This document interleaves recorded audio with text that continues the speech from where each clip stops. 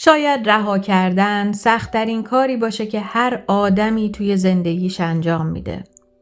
چون ذهن ما همیشه فکر میکنه اگه بیشتر تلاش کنه شاید درست بشه. اگه بیشتر اصرار کنه شاید بمونه و اگه بیشتر بجنگه شاید از دستش نده. اما گاهی زندگی با ما جور دیگه حرف میزنه. بعضی درها هر چقدر هم هلشون بدی باز نمیشن. نه چون تو کافی نیستی، نه، فقط چون قرار نبوده از اون در وارد بشی. من فکر میکنم یکی از نشونه های بلوغ اینه که یاد بگیری فرق بین تلاش کردن و اصرار بیهوده رو بفهمی. چون این دوتا شبیه هم به نظر میان اما کاملا با هم فرق دارن. تلاش کردن یعنی هر کاری از دستت برمیاد انجام بدی. اما اصرار بیهوده یعنی بعد از اینکه همه کارا رو کردی هنوز حاضر نباشی نتیجه رو بپذیری. ما معمولاً از رها کردن میترسیم.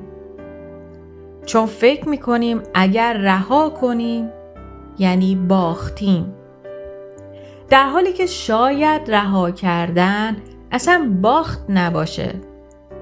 شاید یعنی به خودت احترام گذاشتی. شاید یعنی پذیرفتن که ارزش آرامشت بیشتر از جنگیدن برای چیزیه که دیگه سهم تو نیست.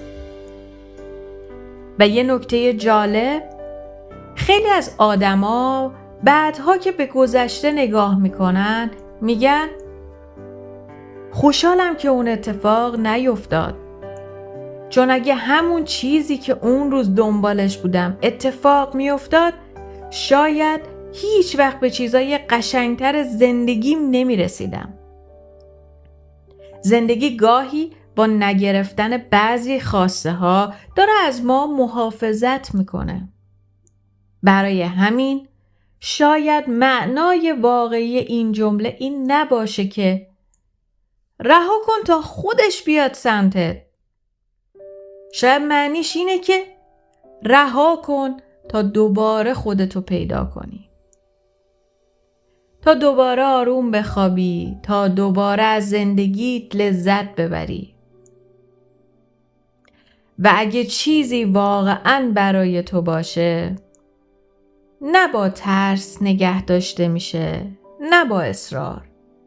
راهشو پیدا میکنه و به موقع به زندگیت برمیگرده.